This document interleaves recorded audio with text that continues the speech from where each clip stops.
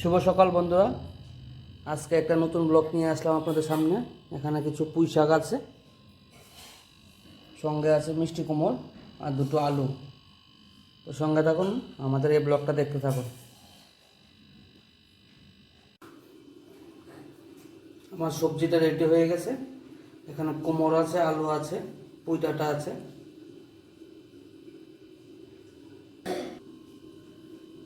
এদিকে একটা ইলিশ মাছের মাথা আছে।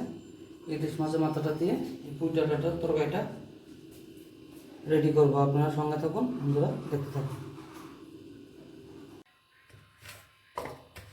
ইলিশ মাছের মাথাটার মধ্যে আমার নুন হলুদ মাখা হয়ে গেছে। তো এখন আমি এটাকে ভেজে নেব। কড়াইতে তেল দিয়ে দিলাম।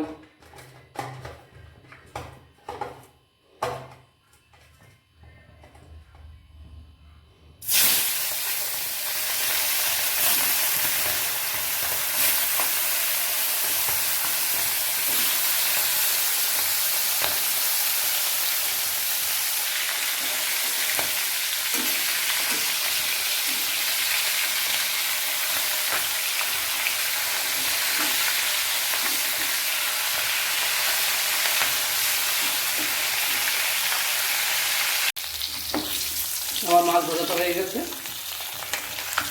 মাছটা তুলে নিচ্ছি।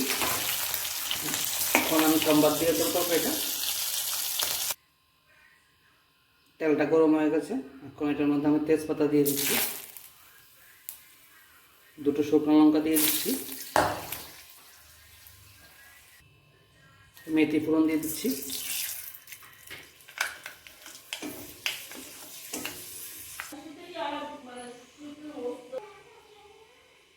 এখন আমি সবজিগুলো দিয়ে দিচ্ছি।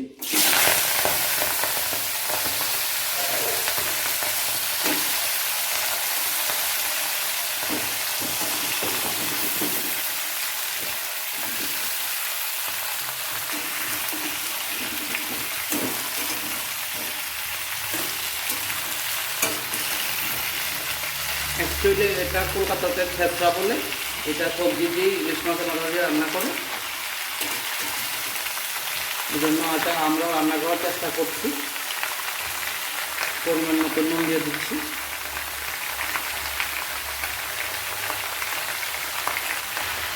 পরিমাণ মতো হলুদ দিয়ে দিচ্ছি।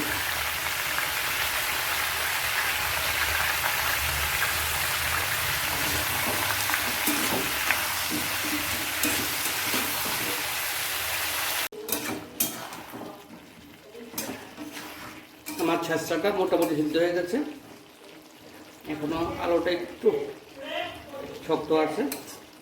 তো এখন এটার মধ্যে আমি মাছের মাথাগুলো দিয়ে দিচ্ছি।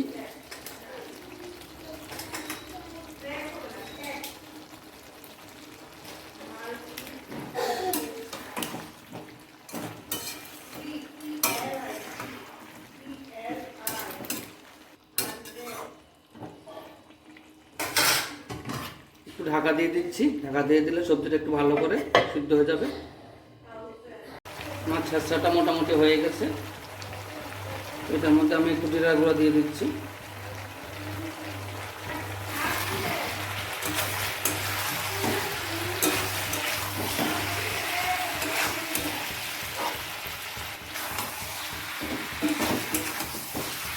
আমার এটা মোটামুটি হয়ে গেছে বন্ধুরা,